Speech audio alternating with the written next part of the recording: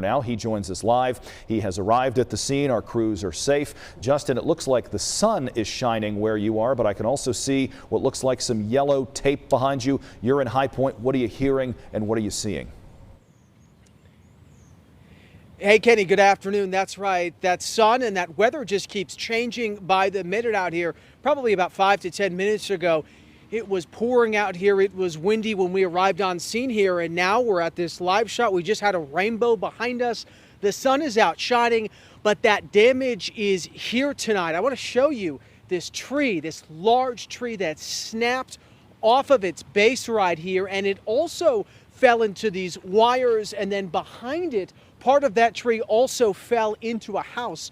The gentleman that lives here was telling me that he and his family were cooking, and all of a sudden he heard just a massive crunch, and then he heard a crash, and that he ran into his bathroom and hid. It seems like he tells me that there is a little bit of damage to the house here, but he is okay, his family is okay. But that just goes to show you, Kenny, just how fast that weather can change and just how fast that damage can occur, because he said in just about 5 to 10 seconds, this tree broke off. He heard that crash, and then he saw that tree crash into his house, and he immediately went inside and hid in his bathroom. So we do have some damage here. And then I also want to show you real quick, if Teresh can pan over to my left-hand side, to the right-hand side of your TV screen, you can see the wind really damaged a lot of this debris back here, blew a lot of things, blew a lot of items off of this porch.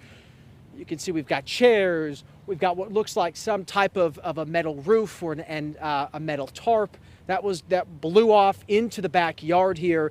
But thankfully, folks tell me they are A-OK, but that just goes to show you just how quickly things can change here. Kenny, we're going to send it back in the studio. Justin, if I can, love to ask you a question or two. It looks like over your right shoulder there are a group of folks who are kind of out milling around, checking things out. I don't know if you've had an opportunity to speak with them, but before we get to that, your commute to High Point. One of the tricky parts about this whole afternoon is that the bulk of the action here in the Triad occurred when a lot of people are driving home from work for the day at the end of a Thursday. How were the roads, and did you see a lot of people kind of pulled off to the side, or was traffic by the time you were moving essentially a non-issue?